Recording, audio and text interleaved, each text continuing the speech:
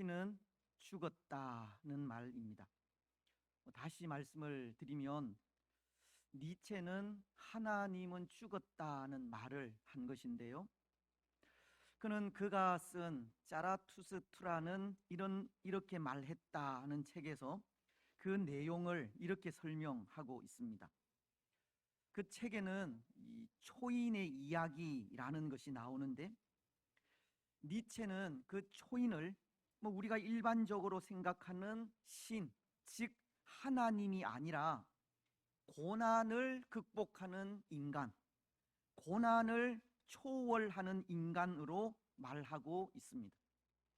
이것은 결국 그가 하나님의 하나님됨을 부인하는 내용으로, 사실 여기에 하나의 이 모순이 있다 생각합니다.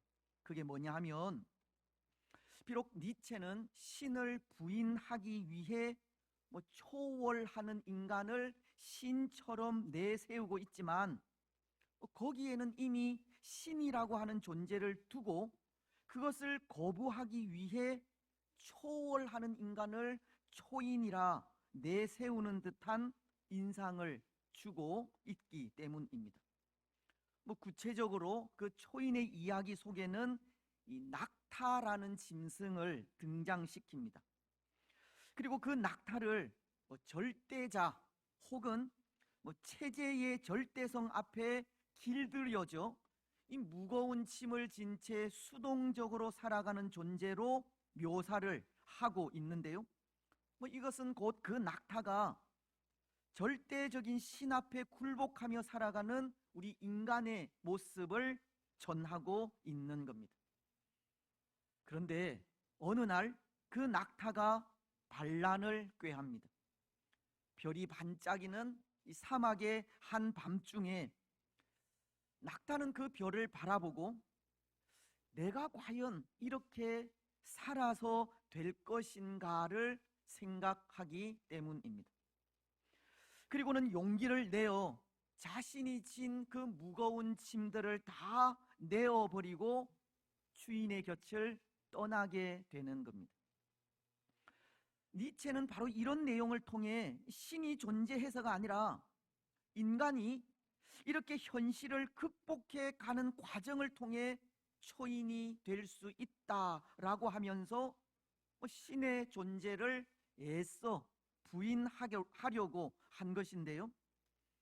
사실 니체는 여기서 낙타로 묘사된 인간이 어떤 체제나 절대자에게 길들여지고 속박된 존재라고 서술함으로 은연중에 곧 신의 존재, 절대자의 존재를 밝히고 있는 겁니다. 그렇지 않습니까? 낙타를 길들이고 속박한 주인이나 어떤 체제가 절대자이기 때문입니다. 결국 니체는 신은 죽었다는 말을 하기는 하였지만 그도 결국은 신의 존재를 인정하고 있다는 것을 말하고 있는 겁니다. 일설에 의하면 니체는 죽을 때 신은 살아있다는 고백을 했다고도 합니다. 사랑하는 여러분, 하나님은 살아 계십니다. 오늘 우리가 살아가는 이 세상도 어쩌면 하나님은 죽은 것처럼 아무런 능력을 나타내지 않는 것 같지만 하나님은 살아 계십니다. 살아서 역사하십니다. 오늘 우리는 순전한 믿음에 대해 생각을 하고자 하는데요, 이 욥기서가 우리에게 전하는 내용이 그것입니다. 하나님은 살아 계신다는 것을 전하고자 하는 것이 이 욥기서의 내용이라는 겁니다. 우리는 이미 이 욥기서의 내용을 짐작하고도 있지만, 욥은 사탄의 시기로 참 심한 고난을 당하지 않습니까? 욥기서 1장은 9절을 통해 사탄이 여호와께 대답하여 이르되 욥이 어찌 까닭 없이 하나님을 경외하리이까. 하나님 앞에 순전한 욥을 이 사탄은 시기하여서 하나님께 시험하기를 청하는 겁니다. 욥은 부유하고 좋은 환경에서 아무 어려움 없이 살아가다 보니 하나님을 믿는 것이 아니겠느냐고, 과연 이 욥이 고통 중에서도 하나님을 경외할 수 있을지를 보자고 욥을 시험하게 됩니다. 그래서 이 욥은 사탄의 그 시험으로 자녀들이 다 죽고 몸에는 악창이 나며 사랑하는 아내까지 욥을 향해 욕을 하는 그런 고통을 당하게 됩니다. 그런데 여러분, 그런 고통 속에서도 이 욥은 끝까지 하나님에 대한 신실한 믿음과 하나님 앞에서의 순전함을 지켜가지 않습니까? 먼저 욥기서 1장 22절은 이렇게 말씀하기 때문입니다. 이 모든 일에 욥이 범죄하지 아니하고 하나님을 향하여 원망하지 아니하니라. 하나님 앞에 범죄치 않고 하나님을 향하여 원망하지 않는 모습으로 신실한 그 믿음을 나타내었다는 겁니다. 또 오늘 5절 말씀을 통해서도 욥을 향해 정죄하는 그의 친구들에게 이렇게 말하고 있습니다. 나는 결코 너희를 옳다 하지 아니하겠고 내가 죽기 전에는 나의 온전함을 버리지 아니할 것이라. 욥은 사탄의 시험으로 인한 고난 속에서도 끝까지 그의 순전함을 지키고 있는 겁니다. 그런데 욥이 이처럼 그가 당한 모든 고통에도 불구하고 하나님 앞에서 그의 믿음과 순전함을 지키고 있는 이유가 다 하나님은 살아 계신다는 생각 때문이라는 겁니다. 오늘 사탄이 하나님께 욥의 시험을 청한 것이나 욥의 친구들이 하나님 앞에서 살아가는 욥의 삶을 책잡는 것이나, 그럼에도 이 욥이 자신의 순전함을 지키겠다 고백하는 그 모든 일에는 다 하나님은 살아계신다는 전제 아래 이루어진 일이라는 겁니다. 그래서 이 욥기서가 우리에게 전하고자 하는 주제가 부할 때나 가난할 때나 상황이 좋을 때나 좋지 않을 때나 건강할 때나 그렇지 못할 때에도 하나님은 나의 하나님이심을 전하고자 하는 것인데요, 하나님이 계신다, 하나님은 살아계신다고 하는 분명한 사실을 우리에게 전하고자 한 책이 바로 이 욥기서라는 겁니다. 그래서 오늘 말씀도 고통 속에서도 믿음을 지킨 욥에 대해 온전함을 잃지 않았다, 그는 순전한 자였다라는 표현을 사용하고 있는 겁니다. 욥은 오늘 5절 하반절을 통해 나의 온전함을 버리지 아니할 것이다 라고 말하고 있는데요, 여기 온전하다고 하는 단어가 바로 그런 의미의 말입니다. 순전하다, 지조를 지키다, 순정을 지킨다는 뜻의 말이라는 겁니다. 근데 여기 순전하다, 지조를 지킨다, 순정을 지킨다 라는 말의 그 의미가 무엇입니까? 그가 믿는 하나님에 대해 끝까지 믿음을 지키고 변함 없이 사랑한다는 의미입니다. 다시 말씀을 드리면 어떤 상황을 당한다 할지라도 어떤 고통 속에서라 할지라도 하나님에 대한 변함 없는 믿음을 가진다는 뜻입니다.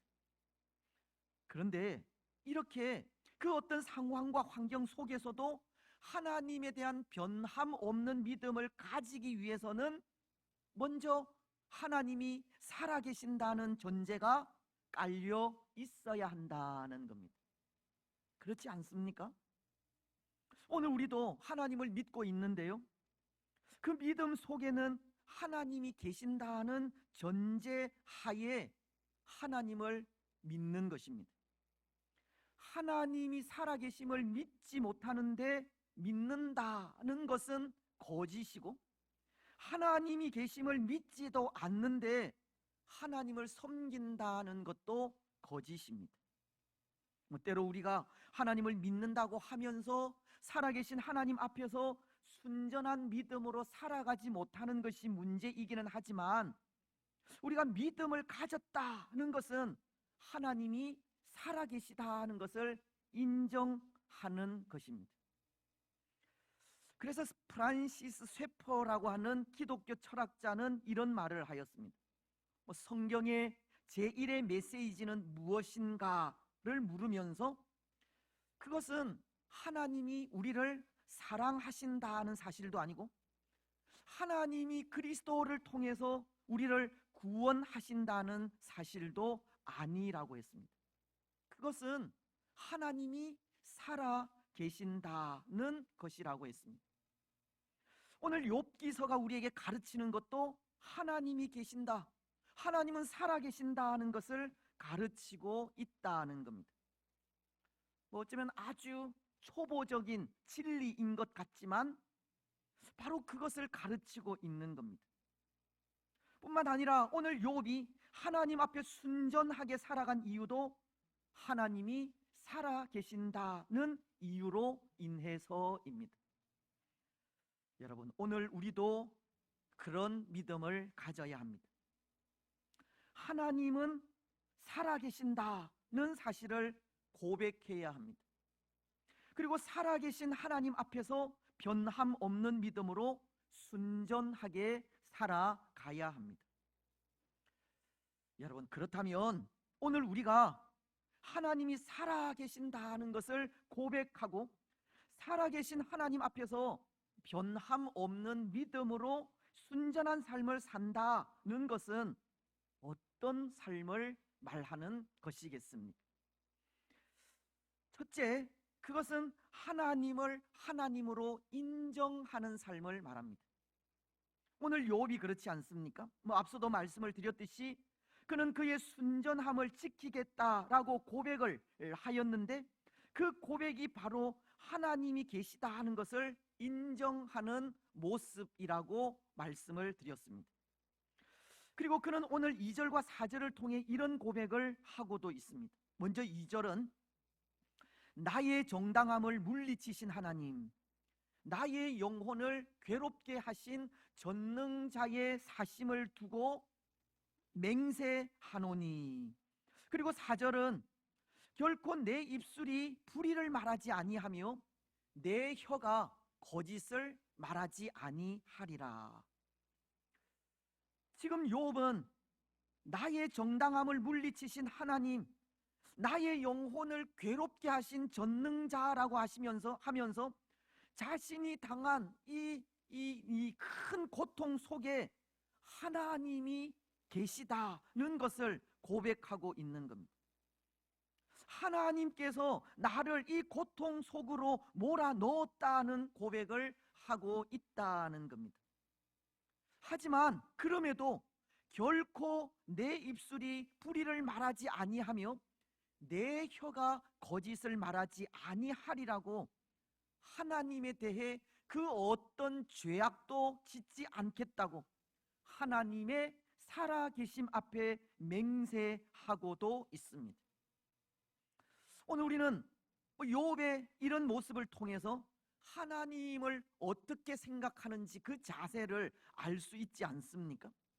하나님을 얼마나 두려워하는지, 또 하나님 앞에서 얼마나 바른 삶을 살려 하는지 그 모습을 볼 수 있다는 겁니다. 나의 고통 속에도 하나님이 있고, 하나님께서 비록 나를 고통 속으로 몰아넣었다 할지라도 결코 하나님에 대해 불의를 말하지 않겠다고 하나님의 살아계심에 맹세하는 이 모습이 욥이 얼마나 하나님 앞에서 바른 삶을 살려 하는지, 얼마나 하나님의 살아계심을 신뢰하고 있는지 그것을 볼 수 있다는 겁니다. 바로 이런 모습이 하나님을 하나님으로 인정하는 모습이라는 겁니다. 그 어떤 상황 속에서도, 그 어떤 환경 속에서도 하나님께서 존재해 계시고 하나님께서 역사하시고 하나님의 손길이 있다라는 것을 고백하는 것이 하나님을 하나님으로 인정하는 모습입니다. 바로 이런 삶이 하나님 앞에서 살아야 하는 순전한 믿음의 삶입니다. 사실 이런 모습은 당대의 악처라고 불리는 욥의 아내도 인정한 부분이었는데요. 욥의 아내는 자기의 자녀들이 다 죽고 이 몸에 악창이 나서 기왓장으로 그 가려운 몸을 긁고 있는 이 욥을 바라보면서 심한 욕을 하지 않습니까? 욥기서 2장 9절을 통해서입니다. 그의 아내가 그에게 이르되 당신이 그래도 자기의 온전함을 굳게 지키느냐? 하나님을 욕하고 죽으라. 하나님을 욕하고 죽으라고 욥의 아내는 욥이 신뢰하는 하나님에 대해 악담을 합니다. 참 악처도 이런 악처가 없습니다. 근데 여러분, 저는 생각에 욥의 아내는 그래도 좀 온순한 여인이 아닌가 생각을 하는데요. 왜냐하면 이 욥의 아내가 정말 악처였다면 욥이 사탄의 시험을 받고 재산이 다 없어지는 과정에서 먼저 도망을 하였을 것이기 때문입니다. 하지만 이 욥의 아내는 비록 욥에게 하나님을 욕하고 죽으라고 하는 참 고약한 말은 했을지라도 잿더미에 앉아서 가려운 몸을 긁고 있는 남편의 그 비참하고도 고독한 현장에 최후까지 남아준 여인입니다. 그래서 그것만으로도 이 욥의 아내에게 많은 점수를, 후한 점수를 줄 수 있을 것 같습니다. 근데 이 욥의 아내가 욥이 하나님을 하나님으로 인정한 그 부분을 인정했다라고 하는 것이 하나님을 욕하고 죽으라고 하면서 그 앞구절을 통해 이런 말을 하였기 때문입니다. 2장 9절을 다시 보시면 그의 아내가 그에게 이르되 당신이 그래도 자기의 온전함을 굳게 지키느냐? 하나님을 욕하고 죽으라. 욥의 아내는 이 욥에게 당신이 그래도 자기의 온전함을 지키느냐고, 욥을 향해 그래도 하나님 앞에 온전함을 지킨다고 욥을 인정하고 있는 겁니다. 여러분, 사실 이 일은 쉬운 일이 아니라 생각합니다.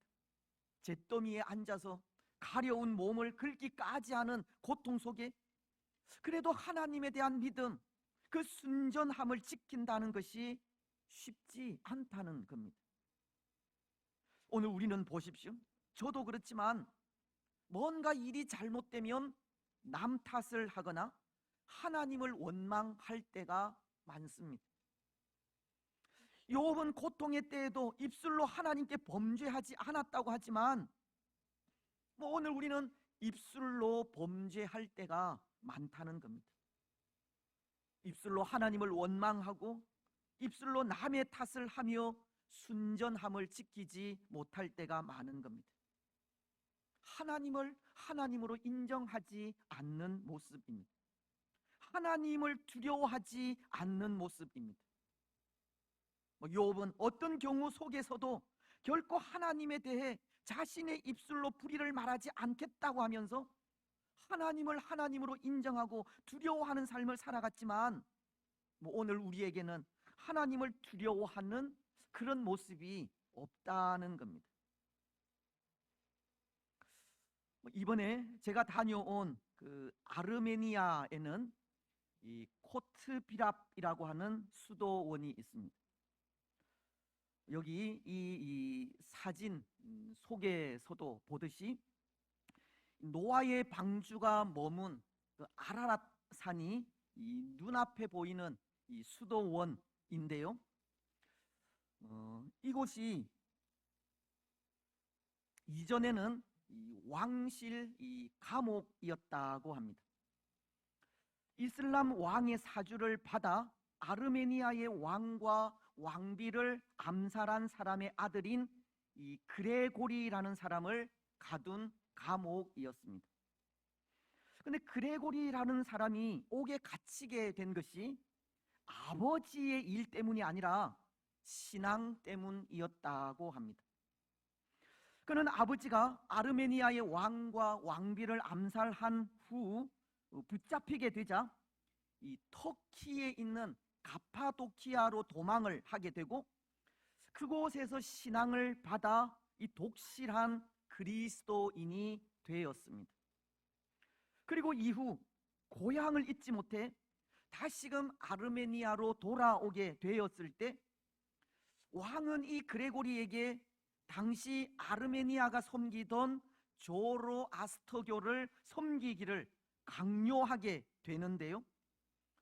그레고리는 끝내 그 강요를 거부하였고, 그 일 때문에 14년 동안 아무런 음식도 받지 않은 채 감옥에 방치가 됩니다. 이후에 이 아르메니아의 왕은 많은 기독교인들을 핍박하게 되고, 그러다 중병을 앓게 됩니다. 그런데 왕의 딸의 꿈에 이 반복적으로 그레고리를 찾으라는 지시를 받게 되고, 14년 동안이나 방치된 그레고리가 이미 죽었을 것이다 생각한 왕이 그레고리를 찾아갔을 때 그는 기적적으로 한 여인의 도움으로 살아 있었고, 왕은 이 그레고리의 기도로 병을 고치게 됩니다.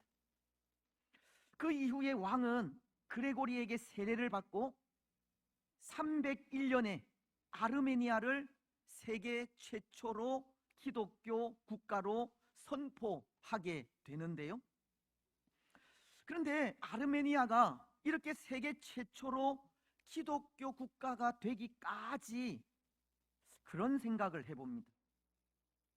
왕에게 복음을 전한 이 그레고리가 하나님의 살아계심을 인정하지 않았다면 과연 이 아르메니아가 세계 최초의 기독교 국가가 되었을까 하는 겁니다. 그가 하나님을 두려워하지 않고 그가 당한 고통에 하나님을 버리고 세상 신을 따랐다면 오늘날 이 아르메니아 인구 98%나 되는 많은 사람들이 기독교 신앙을 고백하는 기독교 국가가 되었을까? 요한계시록을 보면 아시아의 7 교회에 대해 말씀하면서 에베소 교회에 대해 이런 책망을 하십니다. 요한계시록 2장 4절을 통해서인데요. 그러나 너를 책망할 것이 있나니 너의 처음 사랑을 버렸느니라. 에베소 교회는 처음 사랑, 하나님을 향한 그 처음 마음을 잃어버렸고, 그래서 지금 에베소 교회가 있던 그 터키 지역은 이슬람 국가가 되어 오늘 우리나라에 세워진 많은 십자가들처럼 수도 없이 많은 이 모스크가 세워진 나라가 되었는데요. 오늘 이 절경들마다 다시 한번 화면을 보여주시면 이 절경들마다 참 아름다운 그런 교회를 세우고 있는 이 아르메니아라는 나라를 바라볼 때 그 모습이 첫사랑을 잃어버려 폐허가 되어버린 이 터키 지역의 교회와는 너무나도 대조적으로 다가오게 되었습니다. 그리고 어쩌면 오늘 이 땅 우리나라의 교회들도 터키에 이미 폐허가 된 교회들처럼 그렇게 폐허로 변해가는 것이 아닐까 걱정이 되기도 하였습니다. 사랑하는 여러분, 오늘 우리의 신앙은 어떠합니까? 과거와도 같이 변함이 없습니까? 첫사랑을 변함없이 간직하고 있습니까? 하나님의 살아계심을 고백하며 하나님을 하나님으로 인정하는 삶을 살아가고 있습니까? 하나님을 두려워하여 항상 그 앞에서 두렵고 떨림으로 살아가고 있습니까? 그런 삶이 신앙을 지킵니다. 환난과 핍박과 박해 속에서 신앙을 지킬 수 있는 길은 하나님의 살아계심을 고백하면서 변함없는 믿음으로 살아갈 때입니다. 오늘 우리는 욥처럼 하나님이 살아계심을 인정하는 삶을 살아가시고 살아계신 하나님 앞에 항상 두렵고 떨림으로 살아가시기 바랍니다. 어떤 경우 속에서도 하나님을 부인하지 마시고 우리의 입술로 하나님을 원망하지도 마시기 바랍니다. 변함없이 우리의 첫사랑을 고이 간직하시기 바랍니다. 그래서 그 삶을 통해 오늘 욥과도 같이 하나님 앞에 순전한 믿음으로 살아가시기를 바랍니다. 이제 또 하나, 하나님 앞에서 순전하게 산다는 것은 항상 이 공의를 붙잡고 사는 삶을 말합니다. 오늘 6절을 통해 욥은 이렇게 말하고 있지 않습니까? 내가 내 공의를 굳게 잡고 놓지 아니하리니 내 마음이 나의 생애를 비웃지 아니하리라. 근데 이 말씀은 때로 잘못 들으면 욥이 자신을 의롭다고, 내 공의를 굳게 잡고 자신을 의롭다고, 내 모든 행사가 다 옳다고 말하는 것처럼 교만하게 들릴 수도 있습니다. 하지만 사실 이 말씀은 욥의 친구들의 정죄로부터 나온 말입니다. 여러분, 이 욥이 고통을 당하였을 때 그의 친구들이 찾아와 위로한답시고 얼마나 많은 말을 하였습니까? 고아와 과부를 돌아보지 않은 죄 때문에 이런 고통을 당하고 있다라고 말하기도 하고, 하나님을 경외하지 않아 징계를 당하는 것이라 하기도 하면서 위로는커녕 정죄하기에 바빴습니다. 욥이 당하는 고통에 위로와 격려는커녕 욥의 죄를 찾기에 분주하던 친구들이었다는 겁니다. 때로 고통당한 사람을 도와주지 못한다면 차라리 침묵하거나 하나님의 은혜를 구하며 조용히 기도하는 일이 도움이 될 수 있지만 고통당한 사람의 그 속도 모른 채 이런저런 말을 하는 것은 그 사람을 더 아프게 하는 일이 될 뿐입니다. 사실 그렇지 않습니까? 고통당한 사람의 그 마음을 알지 못하는데 무슨 말로 위로를 할 수 있겠습니까? 위로하려다 오히려 상처를 줄 수도 있는 겁니다. 위로하려다 오히려 오해를 사게 될 수도 있는 겁니다. 그저 하나님의 긍휼을 구하며 마음을 다해 기도하는 일이 우리가 할 수 있는 일입니다.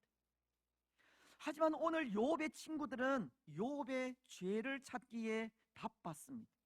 정죄하기에 바빴습니다. 욥의 마음을 더 아프게 하였다는 겁니다. 그래서 욥은 오늘 말씀을 통해서 내가 내 공의를 굳게 잡고 놓지 아니하리니 내 마음이 나의 생애를 비웃지 아니하리라고 말을 하게 된 것입니다. 그런데 여러분, 이 말은 다른 말이 아닙니다. 내가 내 공의를 굳게 붙잡는다 하는 것은 욥이 믿는 하나님이 공의로우신 분임을 고백하며 그 하나님을 굳게 붙잡는다는 뜻입니다. 욥은 이런 고백을 하지 않습니까? 욥기서 23장 8절로 10절을 통해서입니다. 그런데 내가 앞으로 가도 그가 아니 계시고 뒤로 가도 보이지 아니하며 그가 왼쪽에서 일하시나 내가 만날 수 없고 그가 오른쪽으로 돌이키시나 배울 수 없구나. 그러나 내가 가는 길을 그가 아시나니 그가 나를 단련하신 후에는 내가 순금같이 되어 나오리라. 이 말씀은 욥이 구원자를 찾는 말씀입니다. 그는 욥기서 16장 19절을 통해 지금 나의 증인이 하늘에 계시고 나의 중보자가 높은 데 계시니다라고 고백하고 있듯이 그가 당한 고통 속에서 건져줄 구원자를 찾고 있다는 말씀입니다. 그리고 그 구원자이신 하나님, 공의의 하나님, 의로우신 하나님을 굳게 잡고 놓지 않겠다라고 고백한 말씀이 오늘 6절을 통해 고백한 욥의 고백인 것입니다. 참된 구원자가 되시고 공의로우신 그 하나님이 나를 구원하시기 때문에 그 공의의 하나님을 내가 굳게 잡고 놓지 않겠다라는 것입니다. 그렇습니다. 사랑하는 여러분, 하나님 앞에서의 순전한 삶은 구원자이신 예수 그리스도를 굳게 붙잡고 사는 삶입니다. 어떤 경우 속에서도 예수님께서 나를 인도하시고 예수님께서 나를 순금 갖게 하실 것을 믿고 하나님 앞에 서서 예수 그리스도를 굳게 붙들고 사는 삶이 하나님 앞에서 순전한 삶이라는 겁니다. 오늘 우리는 구원자이신 예수님, 공의로우신 예수님만을 굳게 붙잡으시기 바랍니다. 예수 그리스도만을 바라보십시오. 누군가 나를 정죄할 때, 고통의 시간이 우리 앞에 놓여 있을 때, 우리가 기도한 것에 대한 하나님의 응답을 기다릴 때 소망이신 예수님만을 바라보시기 바랍니다. 그리고 하나님의 은혜를 구하시고 하나님의 긍휼을 간구하시기 바랍니다. 그 삶이 순전한 삶이기 때문입니다. 모르겠습니다. 이런 비유가 이해가 될지 모르겠고, 또 오늘 우리가 가진 신앙은 그 어떤 형상을 의지하지 않는 신앙이지만, 이 아르메니아에는 이 세계 최초로 세워진 이 에치미아진이라고 하는 교회가 있습니다. 여기 이 모습이 그 교회에 들어가는 이 정문인데요, 이 교회가 세계 최초로 303년에 세워진 에치미아진이라고 하는 교회입니다. 근데 이 교회 박물관에는 십자가에 달리신 예수님을 찌른 로마의 군병 이 롱기너스의 창 끝이 보관되어져 있습니다. 바로 이것이 예수님을 찌른 그 창 끝이라고 합니다. 그런데 이 같은 기독교 국가인 그 이웃 나라 조지아에서 한 번씩 이 창 끝을 빌려간다고 합니다. 나라가 위기를 당할 때입니다. 얼마 전에도 코로나가 창궐할 때 이 창 끝을 빌려다가 코로나 퇴치를 위해 기도하였다고 합니다. 물론 이런 신앙은 우리가 가진 신앙과는 다릅니다.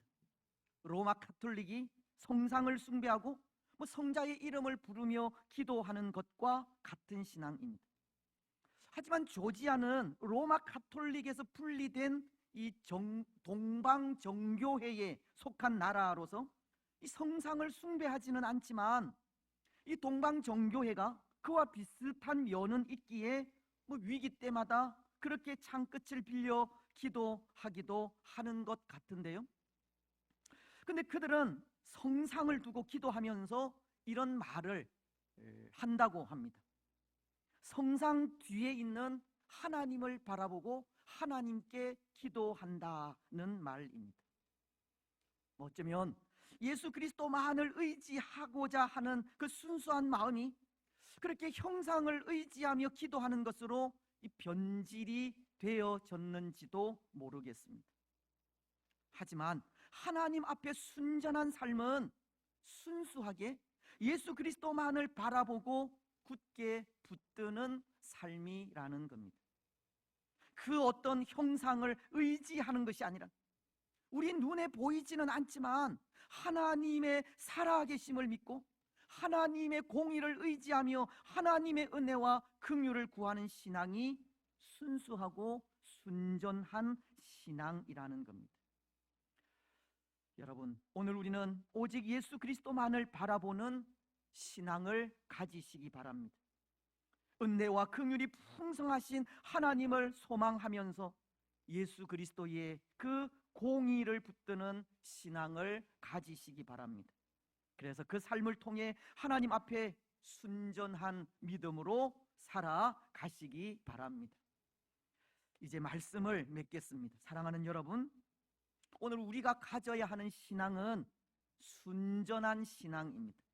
그 어떤 고난과 환난과 고통에도 변함없는 신앙을 가져야 하고 흔들리지 않는 신앙을 가져야 합니다. 하지만 거기엔 하나님께서 살아계신다고 하는 확실한 믿음이 있을 때 가능합니다. 오늘 우리는 하나님의 살아계심을 분명히 고백하시기 바랍니다. 하나님의 살아계심을 고백하면서 하나님을 하나님으로 인정하는 삶을 사시고 우리의 유일한 구원자 예수 그리스도만을 굳게 붙들고 살아가시기 바랍니다. 하나님의 공의만을 붙들고 나아가시기 바랍니다. 그래서 그 삶을 통해 순전하게 하나님 앞에서 살아가는 복된 성도들이 되시기를 주님의 이름으로 축복합니다.